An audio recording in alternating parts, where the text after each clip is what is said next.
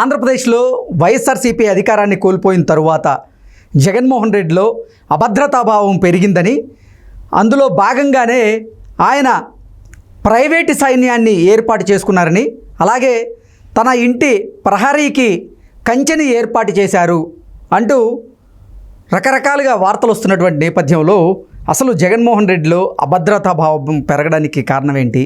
ఆయన తన ప్రహరీకి ఎందుకు కంచెను నిర్మించాల్సి వచ్చింది? అలాగే ఎందుకు ప్రైవేటు సైన్యాన్ని ఆయన ఏర్పాటు చేసుకోవాల్సి వచ్చింది అనే అంశాల మీద మనం విశ్లేషణ చేసుకునే ప్రయత్నం చేద్దాం. ప్రస్తుతం మనతో పాటు ఉన్నారు తెలుగుదేశం పార్టీ అధికార ప్రతినిధి సూర్యదేవర్ లత గారితో మాట్లాడదు. లత గారు నమస్తే అండి. నమస్తే. ఆంధ్రప్రదేశ్లో వైఎస్ఆర్సీపీ అధికారాన్ని కోల్పోయిన తర్వాత జగన్మోహన్ రెడ్డిలో అభద్రతాభావం అనేది పెరిగిందని, అందులో భాగంగానే ఆయన తన ఇంటి ప్రహరీ గోడకి కంచెను ఏర్పాటు చేశారు, అలాగే ప్రైవేటు సైన్యాన్ని నియమించుకున్నారు అంటూ కొన్ని వార్తలు అయితే వస్తూ ఉన్నాయి. అసలు జగన్మోహన్ రెడ్డిలో నిజంగా అభద్రతాభావం అనేది మొదలైందా? ఆయన తన ఇంటి ప్రహరీకి ఎందుకు కంచెను ఏర్పాటు చేయాల్సి వచ్చింది? అలాగే ఎందుకు ప్రైవేటు సైన్యాన్ని ఆయన ఏర్పాటు చేసుకోవాల్సి వచ్చింది అంటే ఏం చెప్తారు? అంటే జగన్మోహన్ రెడ్డికి ఎందుకు ఆ భయం అనేది స్టార్ట్ అయిందంటే, నేను అనుకుంటా మేబీ బాబాయ్ చచ్చిపోయిన దగ్గర నుంచే అనుకుంటున్నా. ఎందుకంటే అప్పటి వరకు ప్రజల్లో తిరిగాడు కదా, పాదయాత్ర అన్నాడు, తిరిగాడు. ఆయన్ని నరికిన విధానం అంటే చంపిన విధానం కానివ్వండి, అంటే చేయించిన వాళ్ళు ఎవరు, చేసిన వాళ్ళన్నీ కూడా ఆయనకి తెలిసే ఉంటుంది కదా. ఎందుకంటే కాపాడాడు కాబట్టి, అవినాష్ రెడ్డిని కాపాడుతూ వచ్చాడు కాబట్టి ఆ ఇన్సిడెంట్ జరిగేటప్పుడు కూడా ఆయనకి తెలిసే ఉంటుంది. అంటే తాడేపల్లి ప్యాలెస్కి ఫోన్లు వెళ్ళాయనే కానివ్వండి, ఇవన్నీ మనం విన్నాము, చూసాం కాబట్టి ఆ విజువల్స్ ఆయన మాట్లాడినప్పుడు కూడా ఆ బాధ అనేది కూడా ఆయన కనపడలా. ఏదో షాక్ లాంటివి కూడా ఆయన కనిపించలేదు. అన్నీ మెచ్యూర్డ్గా తెలిసాయి. తెలిసిన దాన్ని అపోజిషన్ పార్టీ మీద, ఆ రోజు ఉన్న తెలుగుదేశం పార్టీ మీద ఎలా నెట్టాలనే ఒక ఆ మాటల గురించి ఆలోచిస్తున్నాడే కానీ ఆయనలో ఎక్కడ ఇది కనపడలేదు. కానీ ఆ చనిపోయిన విధానానికి ఆ ఫోబియా ఏమైనా అప్పటి నుంచి స్టార్ట్ అయిందా అనిపిస్తుంది. అప్పటి నుంచి కూడా ఆయన సీఎం అయిన తర్వాతే కానివ్వండి, ఎక్కడా కూడా జనాలకి దగ్గరగా లేడు. ఆయన వెళ్తున్నాడంటే పరదాలు కట్టుకోవటం అంటే ఎంత ఫోబియా అనేది మీరు ఒకసారి చూస్తే, చెట్లు ఉంటే కూడా చెట్ల మీద నుంచి ఎవరైనా చూస్తారేమో, చెట్ల మీద నుంచి ఆయన మీద దాడి జరుగుతుందేమో అనే చందాన అసలు చెట్లు కూడా నరికించుకుంటా వెళ్ళాడు అని అంటే, ఒక 3-4 కిలోమీటర్లకి కూడా హెలికాప్టర్స్లో వెళ్ళాడు అని అంటే, రోజు ప్రతిసారి పరదాలు కూడా కట్టడం కష్టం అనుకున్నాడేమో. అందుకే తాడేపల్లి ప్యాలెస్ గేట్ కూడా దాటకుండా లోపలనే సెట్ వేసేసుకున్నాడు కదా, సెక్రటరియట్ సెట్ కూడా. సో మినిస్టర్స్ తో మీటింగ్సే కానివ్వండి, ఎప్పుడు క్యాబినెట్ మీటింగ్ అంతా కూడా ఇంట్లో పెట్టేయటమే కానివ్వండి, అవన్నీ చూసాం. క్యాంప్ కార్యాలయం ఉంది కదా, సపరేట్ గా క్యాంప్ కార్యాలయం ఉంది. కానీ సెక్రటరియట్ లో ఏదైతే క్యాబినెట్ మీటింగ్ పెట్టేదానికి ఆ ఫర్నిచర్ కి ఆ సెట్టింగ్, అవన్నీ లోగో కానివ్వండి, అవన్నీ కూడా మనం చూస్తే ఖచ్చితంగా అదేలాగా ఇంట్లో కూడా ఒక సెట్ వేసుకున్నాడు. సో దానికి కూడా అద్దె పెట్టి చెల్లించుకునేటట్టు చేశాడు. అంటే ఆయన ఇంటి నుంచి బయట రావాలంటేనే ఒక ఫోబియా, ఒక భయం, నాకేమో జరిగిపోతుంది, ఏదో అయిపోతుంది అని. అంటే ఇంత భయం ఎందుకు? ఇంత భయపడటానికి కారణం ఏంటి అంటే, కారణం నాకు అనిపిస్తుంది వివేకానంద రెడ్డి గారి హత్యను చూసే ఆయనలో ఆ మైండ్ ఏదో పోయిందని అనిపిస్తుంది. అంటే వివేకానంద రెడ్డి గారి హత్యని జగన్మోహన్ రెడ్డి చూశారంటారా? చూడటమా, ఒకవేళ మీరు చెప్పినట్టు అది కూడా అవ్వచ్చేమో. ఎందుకంటే మీరన్నారు, నేను చెప్పడం కాదు, చూసిన తర్వాత ఆయనలో అభద్రతాభావం మొదలైంది అంటూ మీరు చెప్పిన నేపథ్యంలోనే. అంటే ఆ రోజు ఏ రోజు అది జరిగింది, ఆ ఇన్సిడెంట్ జరిగినప్పుడు కూడా ఫోన్స్ వెళ్ళాయి అని అంటున్నారు.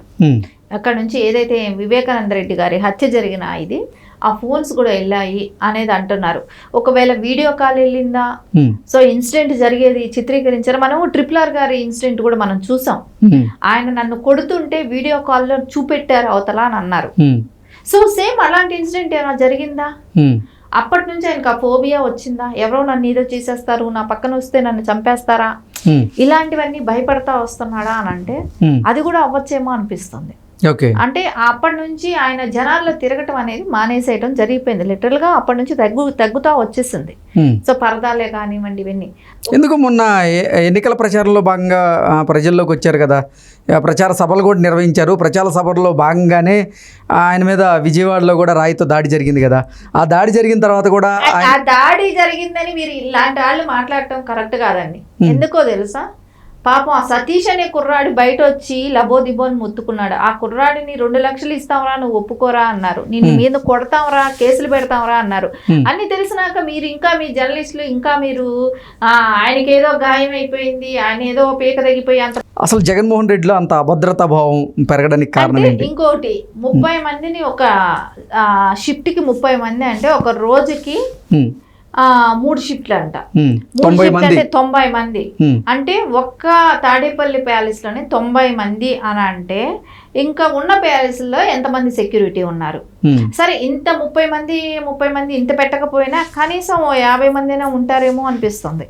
అంటే వాళ్ళకు కూడా షిఫ్ట్లు. అంటే మొన్న సార్వత్రిక ఎన్నికల్లో వైఎస్ఆర్సీపీ ఓటమి తరువాత ఇప్పుడు కొడాలి నాని అలాగే వల్లభనేని వంశీ గతంలో చంద్రబాబు గారి మీద, చంద్రబాబు గారి కుటుంబం మీద అనుచితమైనటువంటి వ్యాఖ్యలు చేసిన నేపథ్యంలో కొంతమంది వారి మీద గుడ్లతో దాడి చేయడం, వారి ఇంటి మీద గుడ్లతో ఉల్లిపాయలతో దాడి చేసినటువంటి నేపథ్యంలో ఇప్పుడు జగన్మోహన్ రెడ్డి ఇంటి మీద కూడా దాడి జరగబోతుంది అంటూ జగన్మోహన్ రెడ్డి భావించాడా? అందుకే ఆయన తన ప్రహరీకి కంచెల్ని అలాగే తన ఇంటి చుట్టూ సెక్యూరిటీని ఏర్పాటు చేసుకున్నాడా అంటే ఏం చెప్తారు?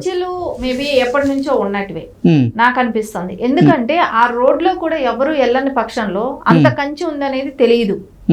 సో ఇప్పుడు ఆ రోడ్డు క్లియరెన్స్ వచ్చింది కాబట్టి ఆ కంచె అంత హైట్ లో ఉంది, అంత ఉంది అనేది కనపడుతుంది. అది కూడా ప్రభుత్వ సొమ్ముతోనే చేసినట్టే తెలుస్తుంది. అది కూడా ప్రభుత్వ సొమ్ముతోనే చేశారనేది చెప్తున్నారు. సో అంటే ఆయనకి అభద్రతా భయం ఏ స్థాయిలో ఉంది అని అంటే ఆయన ఉన్న అన్ని ప్యాలెస్లకి సెక్యూరిటీ ఉంటుంది. ఆయన ఉన్నా లేకపోయినా అవి సెక్యూరిటీ అక్కడ ఉంటది. సో ఆయన ఉన్న ప్యాలెస్ కి అలా ఉంటది. ఇంకా లండన్ లో కూతుర్లు ఉంటే లండన్ లో కూడా సెక్యూరిటీ అంట. సో ఎందుకు ఇంత భయం అంటే నువ్వేమైనా ఇప్పుడు ఒక టైంలో నక్సలైట్లని వాళ్ళని ఊచకోతలాగా వాళ్ళని చంపిందో గానీ అట్లాంటివి ఏమైనా ఉన్నాయా? నారా చంద్రబాబు నాయుడు గారు లాంటి వాళ్ళు నక్సలైట్లు అటాక్ చేస్తేనే ఆయన భయపడకుండా బయట వచ్చారు. మళ్ళా కారు బాంబు దాడిలో గురయ్యారు తిరుపతి అలిపిరి దగ్గర. అయినా కూడా ప్రజల్లో తిరుగుతూనే ఉన్నారు. ఆయనకి జెడ్ ప్లస్ ఉన్నా కూడా ప్రజలు బాగా దగ్గరికి వెళ్తాం, అందరూ దగ్గరికి వెళ్ళి చేస్తూ ఉంటారు, కలుస్తుంటారు. కానీ ఈయనకి ఇట్లాంటి ప్రాబ్లంలు ఏమీ లేదు. ఈయన హిట్ లిస్ట్ లో ఏమీ లేడు. ఈయన అంత పెద్ద ఘనకార్యాలు చేసింది కూడా ఏమీ లేదు. కానీ ఎందుకు భయం అంటే నువ్వు ఎవరైనా హత్యలు చేయించున్నావా? సో ఎవరైనా పర్సనల్ అటాక్స్ నీ మీద జరుగుతాయా? అంటే నువ్వు అలాంటి వాటికే కదా ఇంత భయపడుతున్నావు అనేది అర్థమవుతుంది. సో ఇవన్నీ చూస్తుంటే ఖచ్చితంగా ఆయనకి కొన్ని ఇలాంటి హత్యలు ఆయన కళ్ళారా చూసి ఉన్నాడేమో అనిపిస్తుంది ఈరోజు. అంటే మేబీ వీడియో కాల్స్ అయినా అవ్వచ్చు, ఏదైనా అవ్వచ్చు. ఎవరినైతే టార్గెట్ చేశారో వాళ్ళని చంపే విధానంలో ఏమైనా చూసాడేమో అనిపిస్తుంది. దాని మూలన ఆయనకు ఆ భయం అనేది ఏమైనా ఉందేమో. దాని మూలన విపరీతమైన సెక్యూరిటీ. సో ఎక్కడైనా ప్రజల్లో కూడా ఎక్కడైనా వెళ్ళాలంటే కూడా భయపడటమే కానివ్వండి. సో ఇంకా పరదాలు వేసుకొని తిరిగే అవకాశాలు కూడా లేదు కాబట్టి, పరదాలు వేసుకొని వెళ్ళలేడు కాబట్టి, సో రేపొద్దున ఆయన ప్రజల్లోకి వెళ్ళాలంటే ఎలా వెళ్తాడు?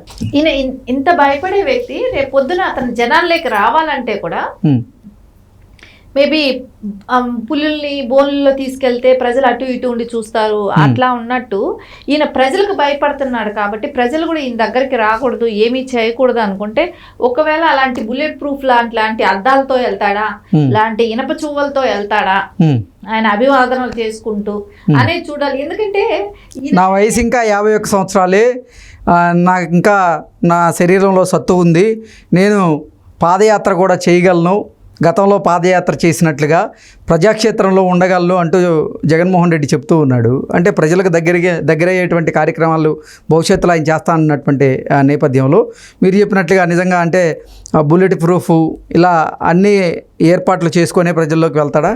ఖచ్చితంగా మనకి ఇప్పుడు అదే అనిపిస్తుంది. ఆయన ప్రజలని ఇప్పుడు మనం చూస్తే ఆయన కట్టుకున్న ప్యాలెస్ కూడా చూడండి. ఆ ప్యాలెస్ కింద నుంచి పై వరకు వెళ్ళటానికి ఎన్ని పర్మిషన్స్ ఉంటాయో, ఎంత మంది చెకింగ్లు ఉంటాయో, అక్కడ వరకు సామాన్య ప్రజలు వెళ్ళగలిగే పరిస్థితి ఉంటుందా? లేదు. సో ఆయన ఓన్లీ ఏ అధికారులు అయితే పిలిపించుకోవాలి మాట్లాడాలనుకున్నా ఆ అధికారుల వరకే ఛాన్స్. ప్రజలకి ఆయనకి సంబంధమే లేదు, ప్రజలతో ఆయన ఇంటరాక్షన్స్ లేవు, ప్రజలకి ఆయన ఏ రకంగానూ అందుబాటులో ఉండడు. సో అవంతా ఆయనకి ఒక ప్రజలతోనే ఒక ఫోబియా లాంటిదే. ఆయన ప్రజల పక్కన కూడా ఇంకా నిలబడటానికైతే నాకు తెలిసి అయితే ఇంట్రెస్ట్ చూపెట్టకపోవచ్చు. సరే మేబీ ఆయన నేను ప్రజలేక అధికార దాహం అనేది అందరికీ ఉంటుంది. అలాంటి అధికార దాహంతో ఆయన రేపు పొద్దున మళ్ళా నేను సీఎం అవ్వాలి అనుకోని మళ్ళా వెళ్ళినా కూడా ఆయన ఇంకొక రకమైన అదే నేను అన్నాను కదా ప్రజలకి అవేగా సో అద్దాలు లాంటి బుల్లెట్ ప్రూఫ్ దానిలో వెళ్తాడా, గ్రిల్స్ లాంటి బుల్లెట్ ప్రూఫ్ లో వెళ్తాడా, అది ఆయన ఇంకా డెసిషన్ తీసుకోవాల్సింది ఉంది, బ్యాలెన్స్ ఉంది. రేపు పొద్దున ప్రజలకైతే ఎందుకంటే పరదాలు అనేది ఇంకా కట్టలేడు ఆయన, గవర్నమెంట్ కాదు కాబట్టి ప్రజలు కూడా ఎవరు అది ప్రజలే కాదు గవర్నమెంట్ ఒప్పుకోదు కాబట్టి. సో ఖచ్చితంగా ఆయన ఏ విధంగా వెళ్తాడనేది ప్రజలందరూ కూడా ఆసక్తిగా ఎదురు చూస్తున్నారు. ఓకే అండి, thank you so much. Thank you.